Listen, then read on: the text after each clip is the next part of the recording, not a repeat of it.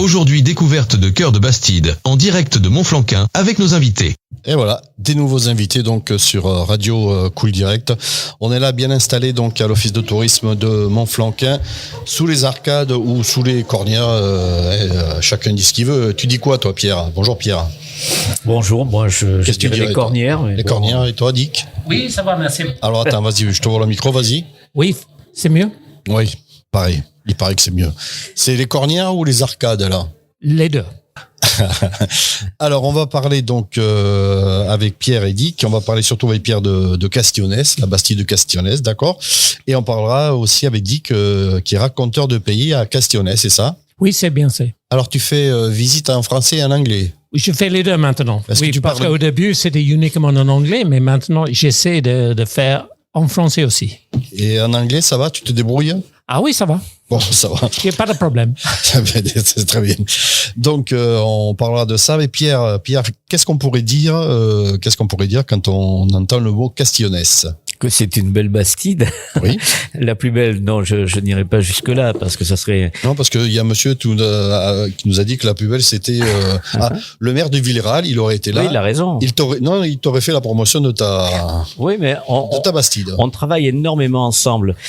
J'en profite pour le dire, parce que souvent les gens essaient de nous opposer, et c'est ridicule, parce qu'entre nous travaillons véritablement main dans la main. On aura l'occasion probablement d'en reparler pendant cette interview, mais je prendrai le dernier exemple en date, qui est le festival de la plume à la toile, où nous avons travaillé véritablement main dans la main entre Villeréal et Castillonnès. Et ce qui est bien pour Villeréal est bien pour Castillonnès, parce que les visiteurs vont visiter Villeréal, même s'ils passent une demi-journée ou une journée, le lendemain ils vont se tourner vers d'autres Bastides, vers d'autres villages, parce que il n'y a pas que les Bastides. On avait tout à l'heure Elisabeth Pichard, et c'est vrai que le bourg de Cancon est très très joli. Il y a de très belles choses à voir, et quand on voit toutes les communes du Bastide, en Haut-Agenais et Périgord, il y a des merveilles, des pépites.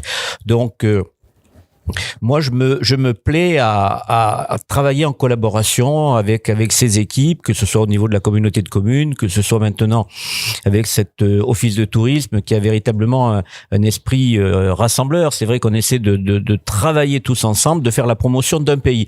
Moi, je travaille avant tout pour un pays, Castillonnès. Durant ce mandat, moi, je me suis inscrit comme quelqu'un qui voulait travailler avec tout le monde, parce que un village comme Castillonnès ne pourra pas évoluer s'il n'est pas inscrit dans une mouvance, que ce soit la communauté de communes, au-delà avec le département pour certaines choses, au-delà avec la région pour d'autres choses, et puis bien entendu avec l'État pour bien d'autres domaines. Donc Castillonnès se veut une Bastide ouverte, avec des élus ouverts vers l'extérieur et prêts à accueillir tous ceux qui voudront nous rendre visite. Et puis voilà, et puis on va partir donc à cette découverte de Castillonnès. Alors c'est une Bastide médiévale qui a été fondée en quelle année?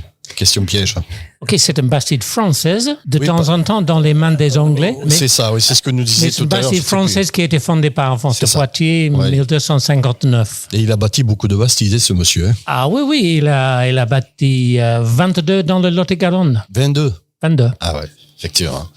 Donc 1259, c'est ça, la création de Castillonnès, c'est ça, Pierre? Oui, tout à fait, je confirme. Ouais, c'est ça. Oui, c'est quelques années après le premier Bastide, 1222, donc c'est une des premières Bastides dans notre secteur. Et ça, quand tu fais le raconteur de pays, tu l'évoques tout ça? Oui, je suis raconteur de pays depuis 2011. Et uniquement au début, avec mes visites accompagnées en anglais. Sous-titré? Sous-titré en français. Non, peu à peu, on a passé depuis anglais au franglais et maintenant en français, j'espère. Oui. Et la majorité de mes visites cette année sont en français. Et pourtant, il y a beaucoup de touristes, anglais, Pierre, hollandais, tout ça qui sont dans le secteur, non? Oui, on peut le dire que dans notre périmètre, c'est cosmopolite depuis bien longtemps. Alors les Anglais naturellement sont les plus nombreux. Il y a beaucoup de Belges effectivement et de Néerlandais. quelques Espagnols qui pointent le bout du nez, quelques Portugais, mais la grande majorité est britannique. Il n'y a pas l'américain. Il y a il y a des Américains, mais enfin c'est pas le plus grand nombre, loin de là. Oui, certains Anglais habitent. Nous avons beaucoup d'Anglais qui habitent dans la. Tu es anglais, Dick? Oui, à l'origine. D'accord. Ça va? Ah oui, ça va, oui. Bon, très bien. Il a les deux. Ce qui fait que quand il y a le crunch France-Angleterre, il est sûr de ne pas perdre. C'est sûr. Non, mais voilà. On peut dire, comment tu es arrivé à Castionès? J'habitais en Allemagne il y a 30 ans. T'as jamais habité en Angleterre, en fait? Rarement. Non, d'accord. Donc, j'ai quitté l'Angleterre effectivement en 1991 et je suis vraiment européen. Et on a acheté une maison à Castionès il y a 32 ans. D'accord. Donc, en passant à la retraite, c'était naturel de passer en permanence à Castionès. Donc, c'est vraiment chez moi maintenant. Voilà, et puis voilà, il fait partie des exemples de personnes qui sont pas françaises, qui s'investissent dans la Bastide, Pierre. Totalement. C'est ça. Qui sont profondément, pardon, on a dit quoi, Castillonnais? Castillonésien, c'est ça, hein? Oui, c'est correct. Ouais, merci chef. Donc voilà, qui s'intègre bien, quoi. C'est l'exemple type de la personnalité que les élus voudraient avoir en grande majorité. Malheureusement, ça n'est pas le cas. Et c'est important d'avoir des gens comme Dick, parce que il y a ce musée de la Bastide qui connaît beaucoup de visiteurs. On le voit parce que tous les soirs, je vais faire un tour et je vois que les dépliants fort bien faits de notre office de tourisme disparaissent à vue d'œil. Je vois qu'il y a des dédicaces sur le livre d'or que Dick a mis en place. Donc, mais c'est bien d'avoir des gens qui s'investissent, qui sont capables de parler du village, qui sont des gens très accueillants, qui font le lien, et ça nous permet effectivement d'avoir une bonne image vers l'extérieur. Qu'est-ce que tu peux nous dire sur Castionès, sa vie associative, ses commerces, ses artisans, avant de parler des rendez-vous, des manifestations? Je dirais que nous avons la chance d'avoir un village qui vit toute l'année par rapport à d'autres Bastides ou d'autres villages très très très touristiques. Alors je ne citerai personne parce que je ne veux pas vexer mes amis, mais qui vont vivre du mois d'avril, on va dire ça, jusqu'à fin octobre. Nous, l'avantage, c'est que nous vivons toute l'année.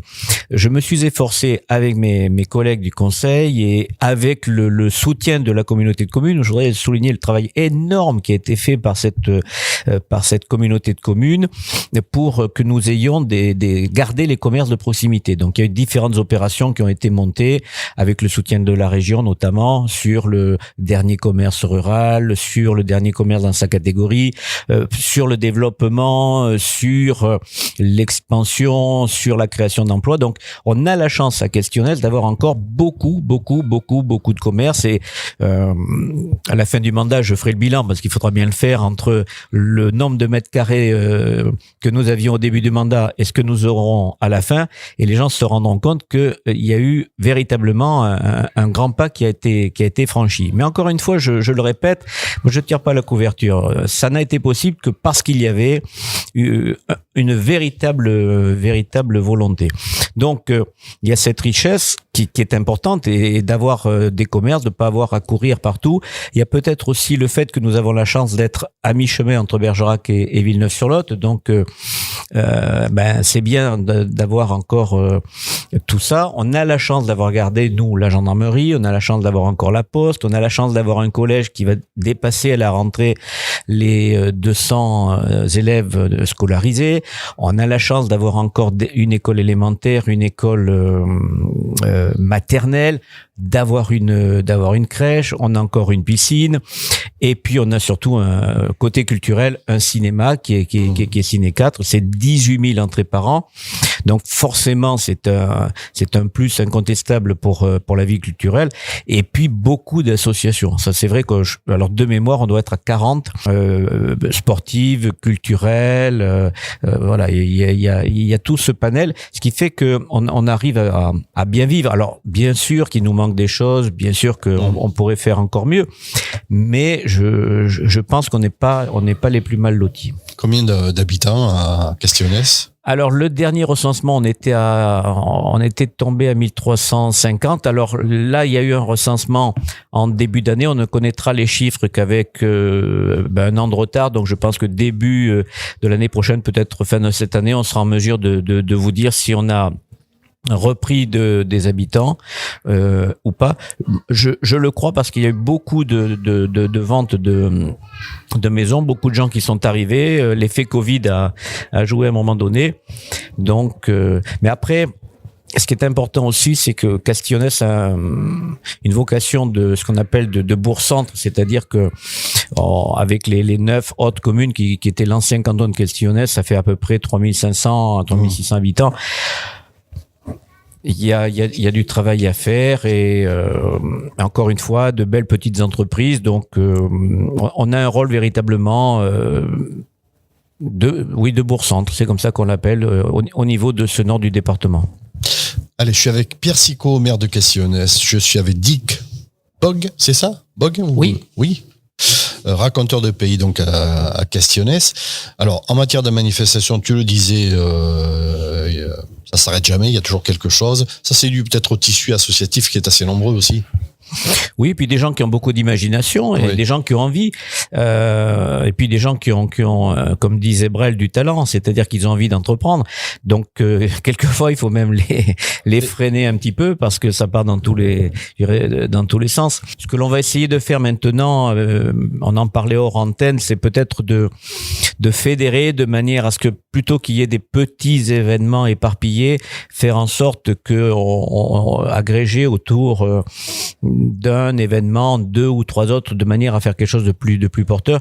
On prenait l'exemple des mercredis de la Bastide qu'on a essayé de caler cette année avec des expositions de peinture ou d'art, de manière à ce que le public des uns attire le public des autres et non pas courir chacun dans son couloir, parce que véritablement ça n'est plus possible. Dick a travaillé, on en parlera tout à l'heure, sur les journées du patrimoine. On a essayé de fédérer également tous les propriétaires, faire en sorte qu'ils soient ouverts à cette période-là, et essayer de trouver des nouveautés. Enfin, je crois qu'il faut se regrouper et puis d'avoir des manifestations également à l'échelle de la communauté de communes. C'est intéressant parce que comme ça on attire les gens véritablement avec un programme très très très varié, très intéressant. Vous allez participer à Bastide en fête? Oui. Parce que vous faites partie de l'association des Bastides, c'est ça? On en fait partie. Est-ce que tu as le programme ou pas? Vous avez le programme? Non, moi je l'ai pas encore. Vous l'avez pas? Alors cette année, l'avantage qu'il y aura, c'est que Bastide en fait va se faire sur 2 départements. Avec la Dordogne, parce que l'année dernière la Dordogne avait fait, alors il y avait rien, il y avait pas de malice là-dedans, simplement la Dordogne l'avait fait un dimanche, nous on l'avait fait le dimanche d'avant, et là comme on se parle quand même pas mal avec Montpazier, avec Beaumont, avec Aimé, il a été décidé de le faire le même jour, ce qui est bien parce que il est certain que nous, on a plus de rapports dans le nord du Lot-et-Garonne avec nos amis de la Dordogne que du fin fond du Lot-et-Garonne, quoi. Mais même si on s'apprécie beaucoup. C'est-à-dire que beaucoup de Castilleux, je vais pas y arriver à dire, des habitants de Castionnès ont plus sur Bergerac que sur Villeneuve-Ouagin. Ça va pas faire plaisir à mon ami. Non, mais on en parlait. Mon ami Gérard Arnier, oui, bien sûr que oui. C'est très partagé, mais c'est vrai que Bergerac est une ville qui a un attrait incontestable. Et puis Bergerac, c'est un aéroport c'est 340 000 passagers par an. Avec une bonne nouvelle, c'est qu'apparemment British Airways a annoncé ce matin que si Ryanair se retirait, British Airways prenait la suite, ce qui est quand même énorme pour nous. Oui. Voilà. Et puis encore une fois, il y a des manifestations sur tout le sud de la Dordogne qui depuis des années sont très très très très connues. Je pense au Festival du film de Sarlat, le théâtre également de Sarlat. Bon, Bergerac c'est une ville, encore une fois, qui est absolument magnifique, avec un travail qui a été fait, un travail énorme au niveau du tourisme. Donc c'est vrai que les gens sont attirés et que nous-mêmes, et puis, il y a quelques kilomètres de moins, à un moment donné, ça joue également. Ça joue également. Et puis la facilité de déplacement, quoi. C'est ça en fait. Tout à fait. Mais ceci dit, on travaille très très bien avec Villeneuve-sur-Lot. Bien sûr, il faut parler de Bergerac, mais on a un gros travail avec Villeneuve, qui est un peu la grande sœur par rapport à nous. Gérard Régnier et son équipe sont très très très bienveillants. Il y a beaucoup de communication avec nos amis de Villeneuve-sur-Lot. Je crois que ce qui est important, c'est que les gens qui viennent chez nous s'y retrouvent. Et puis bon, ils vont passer une journée à Bergerac, ils vont passer une journée à Villeneuve, ils viennent ici. Moi, je crois que c'est ça qui est important, c'est que tous ensemble, on arrive à proposer quelque chose de cohérent. En matière de manifestations, d'animation, c'est quoi les gros rendez-vous sur Castionès? Tu parlais de la plume à la toile. Non, tu parlais les mercredis. Mercredi de la Bastide. Ça fait partie des gros rendez-vous. On a de plus en plus de difficultés, il faut bien le dire, mais on n'est pas les seuls, parce que même les très grands festivals, les mercredis n'en font pas partie, mais même les plus gros festivals ont eu du mal cette année. Certains perdent de l'audience, certains perdent de l'argent, certains même ne repartiront pas l'année prochaine. Bon, nous on s'en sort, mais on avait tablé, parce que on a été extrêmement prudent. Aussi parce que notre équipe d'organisation, ça fait 18 ou 19 ans, on a 18 ou 19 ans de plus, et que ça devient compliqué. Mais encore une fois, il n'y a pas eu que ça. La plume à la toile, j'y reviens, parce que ça, c'est quelque chose de très très important. Il y a eu un festival de jazz qui a fort bien démarré cette année, dans quelque chose de très populaire. Bien entendu, les soirées gourmandes du dimanche qui là cette année ont pris un essor extraordinaire. Il y avait un monde de fous tous les dimanches, mais tout ça est rythmé par des animations. Je n'oublie pas l'hippodrome, parce que des choses dans notre région auxquelles on est évidemment très attaché. Combien vous avez de réunions sur de mémoire, on en a eu 5 cette année, mais là on les a avancées un petit peu plus tôt dans l'année, parce qu'il est évident qu'en plein mois d'août, là, ça devenait compliqué pour les cavaliers comme pour les chevaux. Allez, Dick, parle-nous de ce musée, le musée à Castionès. Qu'est-ce qu'on peut dire? Oui, le musée, c'était une idée par la suite de notre anniversaire de 750 ans de la Bastide en 2009. J'ai beaucoup de personnes qui ont dit il faut garder cette histoire. Donc, je parlais avec le maire, toujours Pierre Sicot, pour la permission d'utiliser l'ancienne pièce avec l'Office de tourisme à Castionès. Et j'ai dit, j'ai une idée pour un musée sur Castionès, à peu près la même chose que mes visites accompagnées. Donc, j'ai créé le musée en anglais et en français. Quelle année? 2016. À peu près. 2016, oui. 2016. Tu peux intervenir s'il dit des bêtises. Non, mais c'est bien. Et c'est avec l'histoire de la Bastide, avec beaucoup des anciennes cartes postales sur l'histoire. Il y a du monde qui regarde ces cartes postales avec intérêt. Et j'écoute souvent, c'est ma maman, mais c'est mon papa, ma grand-père. Donc, c'est extraordinaire le nombre de personnes qui aiment beaucoup ces cartes postales. J'ai un total plus de 400 cartes postales sur l'histoire de Castionès. Et comme Pierre a dit, il y a des visiteurs tous les jours dans l'année. Il y a un seul jour, quand c'est fermé, c'est le jour de Noël. Ah oui. Les autres jours, c'est toujours ouvert. Il y a toujours quelqu'un dans le musée. C'est extraordinaire. Extraordinaire. Combien de temps il a fallu pour collecter tout ça, les photos, les infos? Comment ça s'est fait du coup? Peut-être 2 ans. J'ai fait une étude pendant 2 ans. Et avec le support de la mairie, avec l'aide de Pierre Sicot, j'ai financé le musée personnellement. J'ai récupéré mon argent maintenant avec mes visites accompagnées et la vente de mon petit livre sur l'histoire de Castines. Tu as fait un livre? Oui, mais maintenant c'est fini. Ah, c'est fini, d'accord. Ah oui, c'est beaucoup plus cher maintenant. Beaucoup plus cher. C'est-à-dire, tu le vends plus cher, le livre? Non, je ne perds pas de l'argent. Ah bon, ça va, c'est bien. Mais les musées, c'est toujours dans la cour de la mairie. Ouais. Et il y a toujours des gens qui arrivent n'importe où dans le monde. Il y a un cadre dedans. Avec des pouces, je demande des visiteurs d'insérer un pouce. C'est pas uniquement la France et l'Europe. Il y a des visiteurs Amérique du Nord, Amérique du Sud, Afrique, Asie. C'est extraordinaire. Il manque plus que les extraterrestres, quoi, du coup. Ah oui, c'est ça. Oui. Pierre, c'est bien d'avoir un musée comme ça sur. Et puis alors, c'est un passionné là qui a fait ce musée. Mais il m'arrive d'y aller encore de temps en temps, parce que quand les gens me posent des questions, je dis écoutez, venez, comme ça je suis sûr de ne pas faire d'erreur, et puis ça permet de refaire le tour et de consulter des documents. Et c'est vrai que même les Castillonésiens sont très très heureux de temps en temps d'y revenir, parce qu'il y a alors notamment le tournage du film Tout l'or du monde, qui a été fait à Castillones en 1960 et 61, avec à l'époque ce qui était d'énormes vedettes, puisqu'il y avait Bourvil, il y avait Philippe Noiret, Claude Rich, Annie Fratellini, donc qui étaient à l'époque de très grandes vedettes de cinéma. Donc et le film avait duré très longtemps, parce qu'à l'époque les moyens n'étaient pas les mêmes que maintenant, donc il fallait plus de 6 mois pour faire un film, ce qui fait que Bourvil est resté à demeure à Castillones pendant un certain nombre de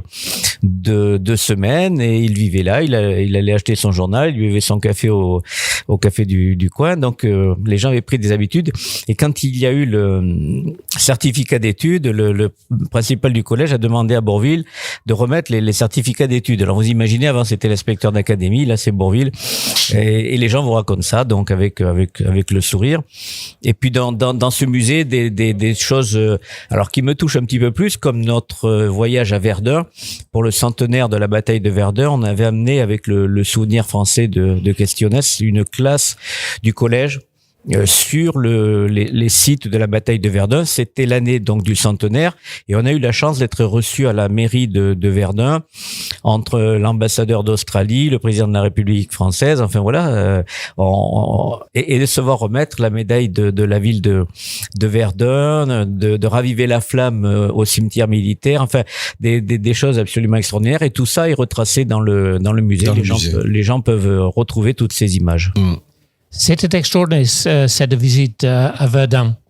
Parce que pour les collégiens, il y avait une vingtaine, 25 collégiens. Pour eux, au début, c'est une vacance sur la plage. Mais après 2 jours, ils ont réalisé que la Première Guerre mondiale était quelque chose de totalement différent. Et nous étions devant l'ossuaire à Douaumont, à Verdun. Et un jeune collégien, il a dit, mon arrière-grand-père, il est là. Et devant nous, il y avait 17 000 tombes. 10 minutes plus tard, le prof d'histoire du collège à Castillones a trouvé le tombe exact. Nous avons fait une petite cérémonie devant la tombe, et tout le monde, les jeunes, ils ont pleuré. C'est extraordinaire. Ils ont réalisé, à partir de ce moment-là, que la Première Guerre mondiale était quelque chose de vraiment sérieux. Donc ça fait partie des moments forts de Castillones. Oui, c'est un des moments forts de Castillones. Mais dans le musée, il y a toute cette histoire d'une bastide qui est une histoire qui est très très riche. Alors grande histoire, on en a parlé, avec bien entendu les guerres de 100 ans, avec les prises alors pas de la Bastille, mais de la Bastide par les Anglais, la période où il y a eu, comme à Berlin, une partition entre les Français et les Anglais. Je crois que c'est d'ailleurs une des rares Bastides qui a connu un partage franco-britannique. Oui, je crois, c'est la seule Bastide en France qui a été partagée au même temps entre les Français et les Anglais. C'était à partir du décès de Saint-Louis. Il est succédé par son fils Philippe III, qui n'est pas d'accord que les Bastides dans notre région, dans le Lot-et-Garonne, étaient sous le contrôle des Anglais. Ouais. Donc, il a envoyé une armée sur le Lot-et-Garonne pour réoccuper des Bastides, Castines inclus. Les autres Bastides sont passés aux Français facilement. Mais en arrivant à Castines, les Anglais ont refusé de quitter la Bastide. Et pourquoi? Parce que pour eux, il y avait un traité écrit qui a dit Castines et les autres Bastides de chez nous sont sous le contrôle des Anglais. Donc, les Français ont entré dans la Bastide à Castines, les Anglais ont reculé jusque vers l'église du village. Et puis, Castines était partagé pendant 27 ans, pas 8 jours, 27 ans partagé, moitié est pour les Français, moitié ouest pour les Anglais. Et à la fin c'est la fin de la première guerre de 100 ans. Encore une fois, la Bastide de Castines a été passée aux Anglais avec les autres Bastides dans notre région. Pierre, on va bientôt conclure. Quels sont les projets? Bon, on sait que il y a des élections prochainement. On peut en parler encore parce que je crois qu'on a jusqu'à fin du mois avant que le temps soit décompté. Je crois que c'est en septembre, je crois. C'est ça, oui, à partir du 1er octobre. Donc là, les temps seront décomptés. Bon, alors pour ma part, je n'ai pas encore pris de décision définitive. Je me permets de te poser la question. Oui, mais c'est une bonne question parce que je suppose que je suis pas le seul à poser. Non, puis j'en profite parce que j'entends déjà certains m'enterrent déjà. Ah bon. Donc, alors je vais bien, je le dis tout de suite, je ne suis pas inquiet, je ne suis pas fébrile, ce que je lis d'ailleurs dans les journaux. Certains donc sont mes héritiers, alors que je pense que je suis encore libre de désigner celui qui ou celle qui je verrai bien. Mais là, je crois que il faut être réaliste. Les Castillonésiens n'ont pas besoin qu'on leur dise ce qu'ils ont à faire. Moi, je leur fais confiance. Je sais que le bon sens l'emportera. Je dirai le moment venu si je me représente ou pas. Si je ne me représente pas, je dirai pour qui, à titre personnel, je voterai.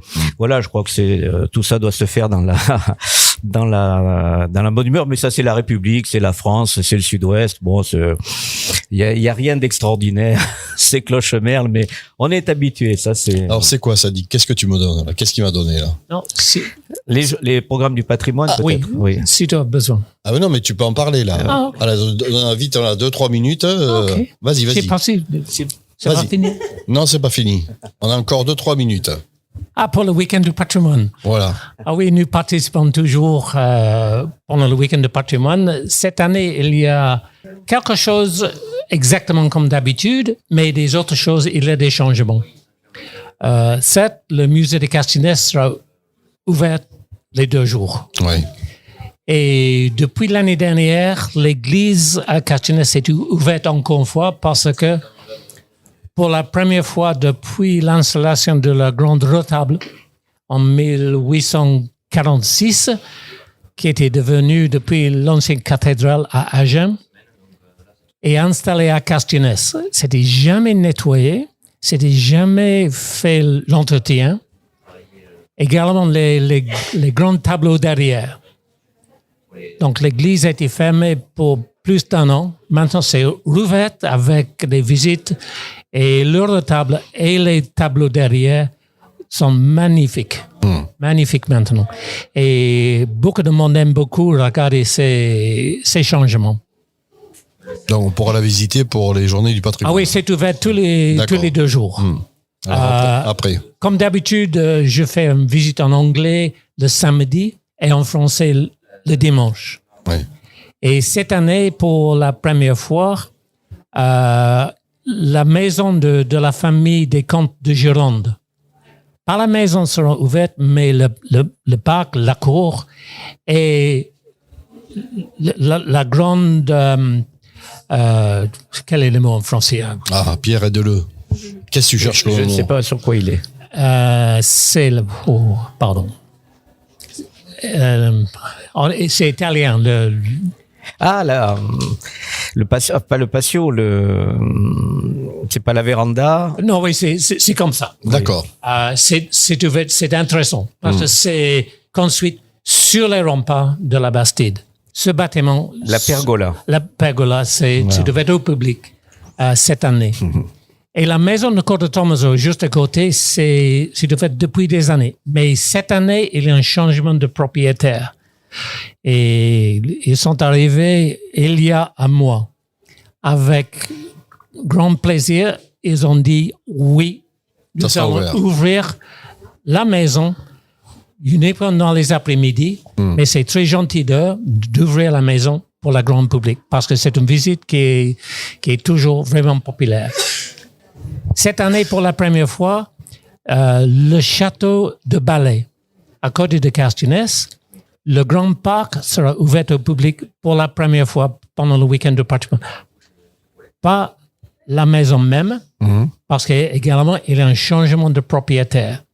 C'est une famille anglaise qui, avec gentillesse, va ouvrir le parc pour le public les 2 jours pendant le week-end de patrimoine. Donc, fantastique, je suis très content. Du coup, mine de rien, les Anglais sont jamais partis alors de Castionès. Non, il y a beaucoup qui sont partis, mais il y a d'autres qui arrivent maintenant. Qui reviennent. La preuve, même le programme est en anglais. Bravo. Non. Ah oui, depuis le Brexit et le Covid, il y a beaucoup d'Anglais qui sont partis. Mais maintenant, ils sont revenus chez nous à Castinès et dans notre région. Bon, on va vous remercier tous les deux. Avec Pierre, plaisir. un mot de fin rapide sur Castionès. Bon, écoutez, Castionès, venez y vivre, vous verrez, tout se passera bien. On y vit heureux. Voilà. Et on évoquera Théodore Joyeux une autre fois. Oui. Fameux Théodore Joyeux. Donc, c'est le premier à avoir fait le Tour de France. Oui, nous disons toujours, il est l'inventeur du Tour de France. Allez, merci à tous les deux. Grand plaisir. Une pause musicale et on se retrouve avec d'autres invités. Merci.